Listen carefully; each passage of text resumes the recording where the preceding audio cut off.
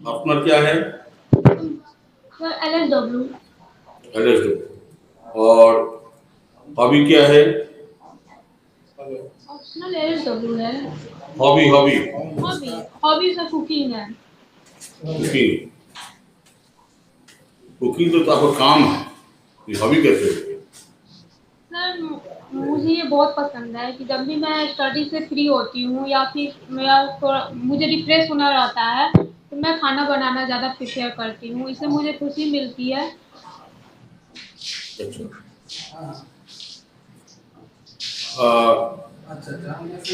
तो ऑप्शनल जो आपका LSW है, जी यह प्रशासन में कैसे योगदान दे सकता है? सर LSW में हमें मुख्य रूप से प्रशासन में हम लोग को मुख्य रूप से वंचित तत्वों के लिए कार्य करना है, जैसे श्रमिक हो गया, महिला, बुजुर्ग, इन सब के बारे में काम करना है। तो LSW इनके बारे में सर गहन रुचि, उनकी समस्याओं के बारे में गहन जानकारी प्रदान करता है। साथ ही सर कानूनी और सामाजिक आर्थिक रूप से उनकी समस्याओं को दिखाता है और कानूनी रूप से उनके जो भी संवैधानिक प्रावधान है, सरकार की योजनाएं हैं और क्या क्या समस्या है, इन सबको वह LSW बहुत अच्छे से जानकारी देता है। इसलिए सर प्रशासन में इसका योगदान बहुत है। अच्छा, LSW एक स्टैंडिंग ऑर्डर की चर्चा होती है, स्टैंडिंग ऑर्डर क्या? स्टैंडिंग ऑर्डर सर जो नियोजक द्वारा अस्थायी आदेश दिया जाता है। अच्छा। आ, गुलजारी लाल नंदा का नाम सुना है? जी सर। उनका क्या कंट्रीब्यूशन? सर गुलजारी लाल नंदा ने सर उन्होंने सर आचरण संहिता दिया था, उनके अनुशंसा पे आया था, लागू हुआ था। अनुशासन संहिता और आचरण संहिता, अनुशासन संहिता क्या होता है? अनुशासन संहिता है जब श्रमिक और नियोजक के लिए कुछ नियम बताए गए हैं कि श्रमिक और नियोजक को क्या क्या करना है। जैसे कि सर नियोजक जो है वह श्रमिक नियोजक जो है किसी कर्मचारी की बिना बिना सूचना दिए उसका स्थानांतरण नहीं करेगा या उनके कार्यभार में वृद्धि नहीं करेगा, उसकी पदोन्नति को नहीं रोकेगा। साथ ही स्थानीय स्तर पे जो भी सामूहिक सौदेबाजी है उसी आधार पर विवाद को निपटान करेगा, प्रयास करेगा। और सर जो भी नियम है समितियों के उनको लागू करने का कार्य करेगा। जबकि श्रमिक की ओर से है कि श्रमिक हिंसात्मक गतिविधियां नहीं करेंगे। वे साथ ही वे सामूहिक सौदेबाजी सामूहिक सौदेबाजी का प्रयास करेंगे और शिकायत निवारण पदाधिकारियों द्वारा दी गई शिकायतों का जो भी प्रावधान दिए गए, नियम दिए गए हैं उसको लागू करने का प्रयास करेंगे। अच्छा, आपका ग्रेजुएशन जूलॉजी है, जी सर। तो ये जूलॉजी का प्रशासन में क्या योगदान देगा? सर जूलॉजी का जूलॉजी का वर्तमान समय में बहुत योगदान है प्रशासन में, क्योंकि जब हम 2 साल से लगभग हम महामारी के दौर से गुजर रहे हैं, इस समय प्रशासन और स्वास्थ्य क्षेत्र ही मिल के भारत को आगे ले जा रहे हैं। तो चूंकि सर वर्तमान में जो डिजीज महामारी फैली हुई है वह वायरस की वजह से फैली हुई है और हमें जूलॉजी में इसका अध्ययन करना है, उसके म्यूटेशन के बारे में अध्ययन करना है। साथ ही उससे संबंधित जो भी उपचार है, उनके लिए ड्रग्स हैं, उन सबका हमें पढ़ना है। तो प्रशासन में इसका बहुत सारा योगदान किया वो है। म्यूटेशन क्या होता है?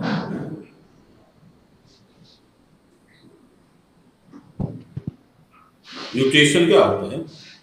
सर म्यूटेशन होता है सर जेनेटिक मटेरियल में अचानक से परिवर्तन होना। जेनेटिक मटेरियल क्या होता है? जेनेटिक मटेरियल आरएनए और डीएनए है जो एक पीढ़ी से दूसरी सर जो कैरेक्टर को एक पीढ़ी से दूसरी पीढ़ी में ले जाने का कार्य करते हैं। आरएनए और डीएनए में डिफरेंस क्या है? सर आरएनए जो होता है वो माइटोकॉन्ड्रिया और न्यूक्लियस और क्लोरोप्लास्ट में पाया जाता है, डीएनए पाया जाता है। और आरएनए सर साइक्लोप्लाज्म और न्यूक्लियोप्लाज्म में पाया जाता है। डीएनए जो होता है डबल स्टैंडर्ड संरचना होता है और आरएनए सिंगल स्ट्रक्चर होता है। सर डीएनए जो होता है अनुवांशिक पदार्थों को एक पीढ़ी से दूसरी पीढ़ी में ले जाता है, जबकि आरएनए प्रोटीन बनाने का कार्य करता है। और इसके अलावा सर डीएनए में सर डीऑक्सीराइबोस शुगर पाया जाता है और आरएनए में सिर्फ राइबोस शुगर पाया जाता है। ये जीनोटाइप क्या होता है? जीनोटाइप जो होता है सर, जीवों के जो आंतरिक लक्षण होते हैं, जीवों की जो संरचना होती है, उनको जीनोटाइप कहते हैं। जीन बेस क्या होता है? जीन बेस, तो जीन बेस सर डीएनए में 4 बेस पाए जाते हैं, एडेनिन, गुआनिन, साइटोसिन, थाइमिन, उसी को कहते हैं। अच्छा, ब्लड के बारे में बताइए थोड़ा सा। सर ब्लड एक कनेक्टिव टिश्यू है और ये मनुष्य में 5 से 6 लीटर पाया जाता है। इसका जो इसका पीएच जो होता है वो 7.4 होता है। और सर ब्लड में दो भाग ब्लड होते में हैं। प्लाज्मा प्लाज्मा क्या होता है? सर प्लाज्मा जो होता है ब्लड का 55% भाग होता है और प्लाज्मा में मुख्य रूप से सर 90% जल होते हैं।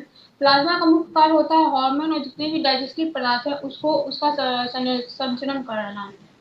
अभी प्लाज्मा के बारे में जो बात कोरोना संकट से निपटने में प्लाज्मा के बारे में कुछ चर्चा की है, क्या है चर्चा ये? सर प्लाज्मा थेरेपी ट्रीटमेंट लाया गया था क्योंकि अगर कोई व्यक्ति जो है कोविड-19 से संक्रमित हो जाता है तो उसके बॉडी में उस वायरस के अगेंस्ट एंटीबॉडीज डेवलप हो जाता है। और जब ये जो व्यक्ति स्वस्थ हो जाता है तो वो उस एंटीबॉडीज को प्राप्त करने के लिए हम उस व्यक्ति से ब्लड लेते हैं, उसको प्लाज्मा को उसको अलग करते हैं और फिर पुनः हम संक्रमित व्यक्ति में उस प्लाज्मा को डालते हैं। एंटीबॉडीज क्या होता है? एंटीबॉडीज जब कोई हमारे बाहरी एंटीजन हमारे शरीर पे इफेक्ट करते हैं तो हमारी जो उसके अगेंस्ट जो प्रतिरोधक क्षमता विकसित होती है उसे एंटीबॉडीज कहते हैं। ये एक प्रोटीन होता फिर है। एंटीजन क्या होता है? तो एंटीजन जो होता है सर ये बाहर एंटीजन होता है जो जैसे वायरस हो गया, बैक्टीरिया हो गया, हमारे शरीर पे संक्रमित करने का ये कार्य करते हैं। जैसे बायोटेक्नोलॉजी का बहुत इस्तेमाल होता है जियोलॉजी में, जी। तो कौन सी शाखा बायोटेक्नोलॉजी की मेडिसिन से जुड़ी हुई है? मेडिसिन से सॉरी सर पता नहीं।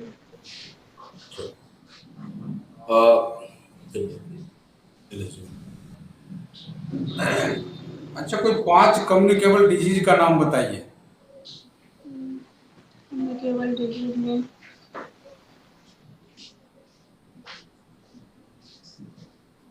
सर एक तो कोविड-19 हो गया। Second sir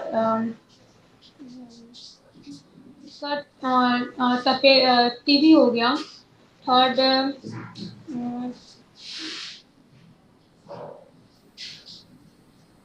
TB, ads.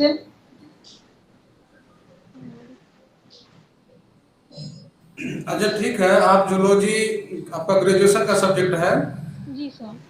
और आपका प्रशासनिक पदाधिकारी के रूप में चयन हो जाता है जी। और उसके बाद आपको सरकार के गाइडलाइन के तहत आपको वैक्सीन लेने के लिए लोगों को प्रेरित करना है। जी। आप जाते हैं फील्ड में लोगों को प्रेरित करने के लिए कि वैक्सीन लीजिए।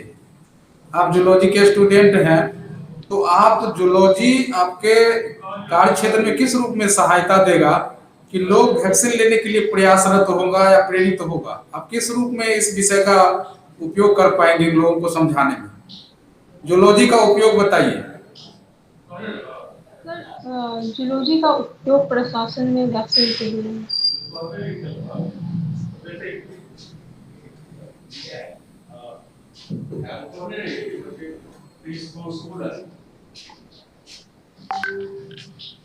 लोगों को किस रूप में आप सिखाएंगे कि आप वैक्सीन लीजिए, ये सुरक्षित है, और उसको जो जूलॉजी से जोड़ के आपको बताना है?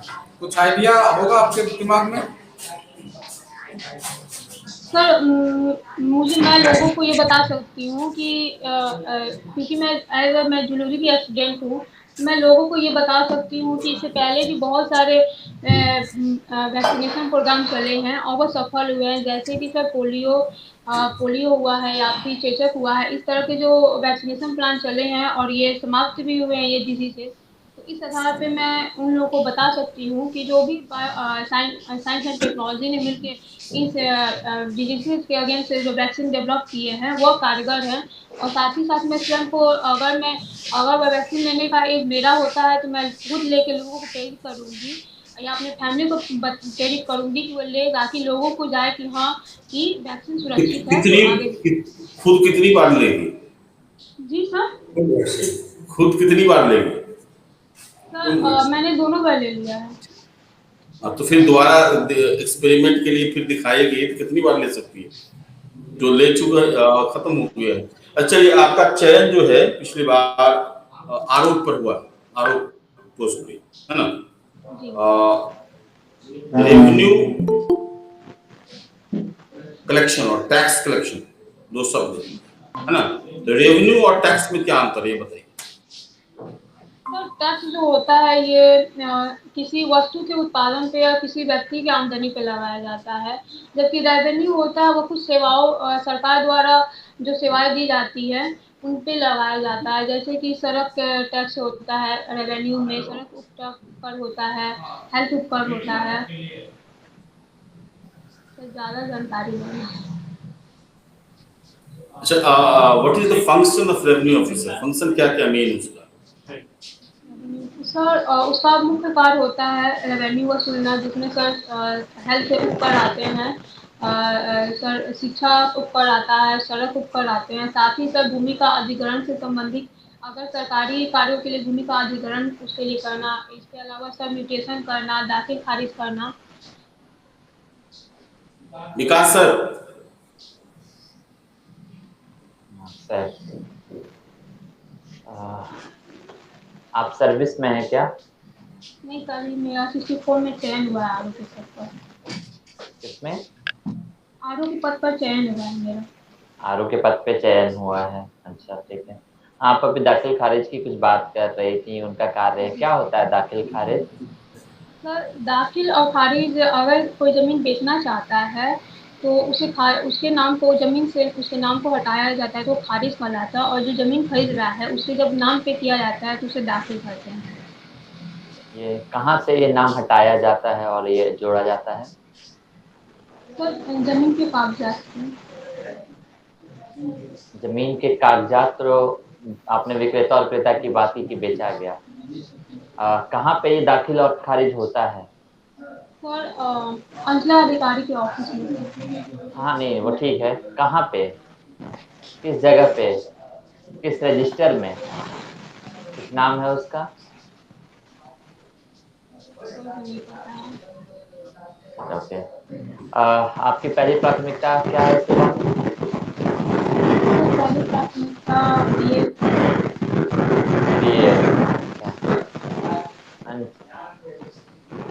अंचल अधिकारी के कार्यों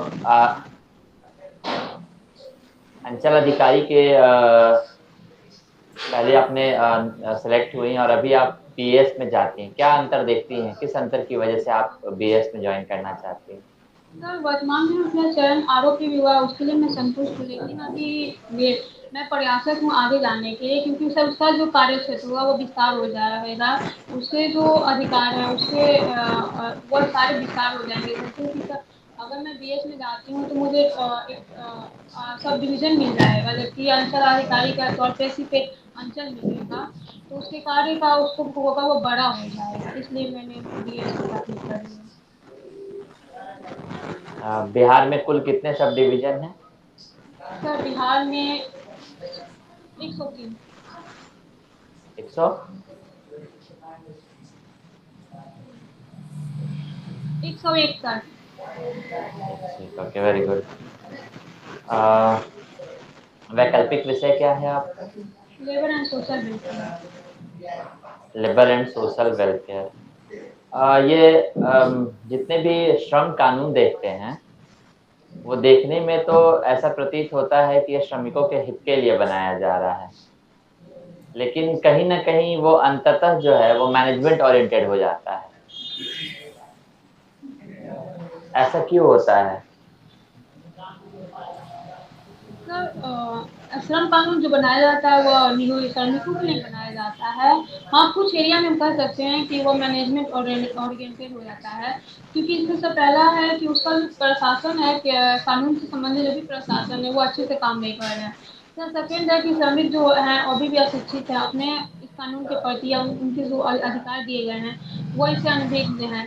काफ़ी कुछ जो श्रमिक हैं वो नियोजक के साथ मिलके कुछ श्रमिक वो मिलके अपने में ही ये समझौता कर लेते हैं जिसका लाभ अन्य श्रमिक को नहीं मिल पाता है।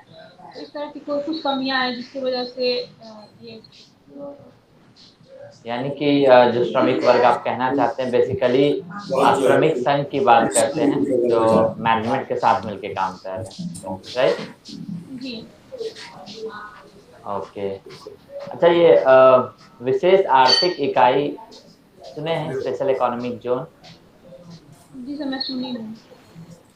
तो अक्सर कहा जाता है कि स्पेशल इकोनॉमिक जोन या भारत में निवेश अगर हमें बढ़ाना हो तो लेबर लॉज को थोड़ा लिबरल करना होगा। तो हमारे इंडियन लेबर लॉज में ऐसा कौन सा लॉ है, ऐसा ड्रैकोनियन लॉ हम कहेंगे, जिसकी वजह से ऐसा लगता है कि ये निवेश हमारे यहाँ नहीं आने दे रहा है और उसको लिबरल करने की जरूरत है?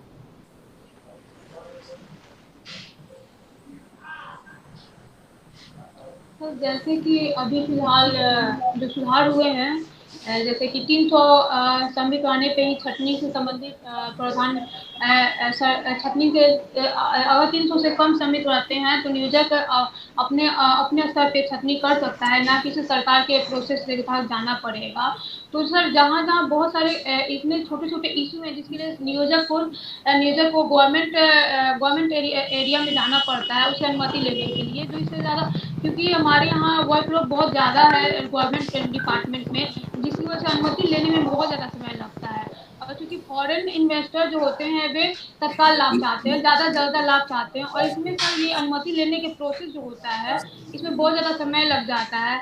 या फिर अभी कहा जा रहा है कि जैसे प्रतिदिन कार्य के घंटे 8 घंटा है, लेकिन अगर जरूरत पड़ने पे इसे उधार करना चाहिए, ताकि अगर हमें ज़रूरत है, इसेंशियल ज़रूरत है, आपूर्ति श्रृंखला की ज़रूरत है, तो हमें इस कार्य को बढ़ाना चाहिए। तो इस तरह के कुछ लॉ हैं जिसको उधार करने की आवश्यकता है, और वर्तमान में किया भी गया है कुछ लॉ को। अगर इन लॉज को लिबरल किया जाए तो निवेश बढ़ने की जगह पे हो सकता है कि निवेश तो एक तरफ बढ़ेगा, लेकिन हो सकता है कि भारतीय श्रमिकों का शोषण भी बढ़ जाए। ऐसी संभावनाएं आपको लगती हैं? सर अगर देखा जाए तो सर 1% श्रमिकों का शोषण बढ़ेगा, क्योंकि जो भी कानून उदार करने के लाए गए हैं वो श्रमिकों को हित में भी देखा जा रहा है। जैसे कि अगर हम अतिकाल के लिए अगर हम काल की स्थिति उनका कर रहे हैं 12 घंटा या 10 घंटा, तो उसके लिए दिया भी गया है कि आप उसके हिसाब से वेतन दीजिए जो सामान्य से दोगुना होगा। इसी तरह का सर है कि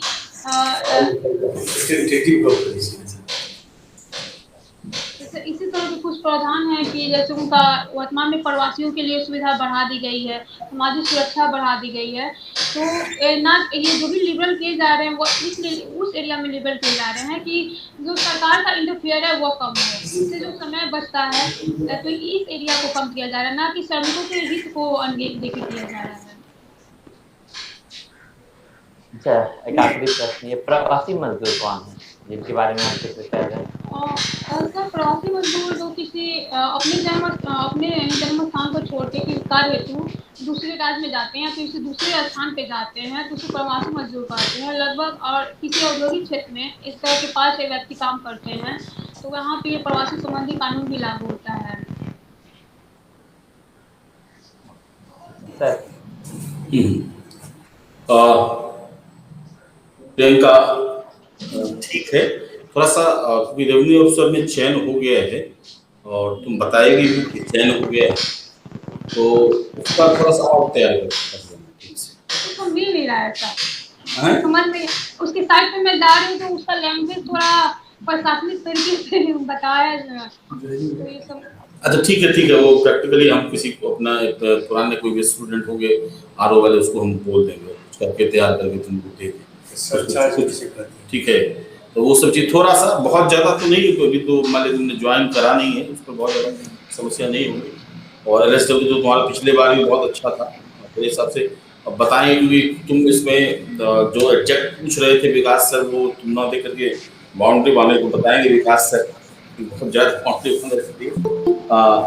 एक चीज़ मैंने सुधार जो देखा है पिछले बार से कि जूलॉजी में सही से, पहले पिछले बार बहुत गड़बड़ होती थी जूलॉजी में से तुम्हारे, वो ठीक है।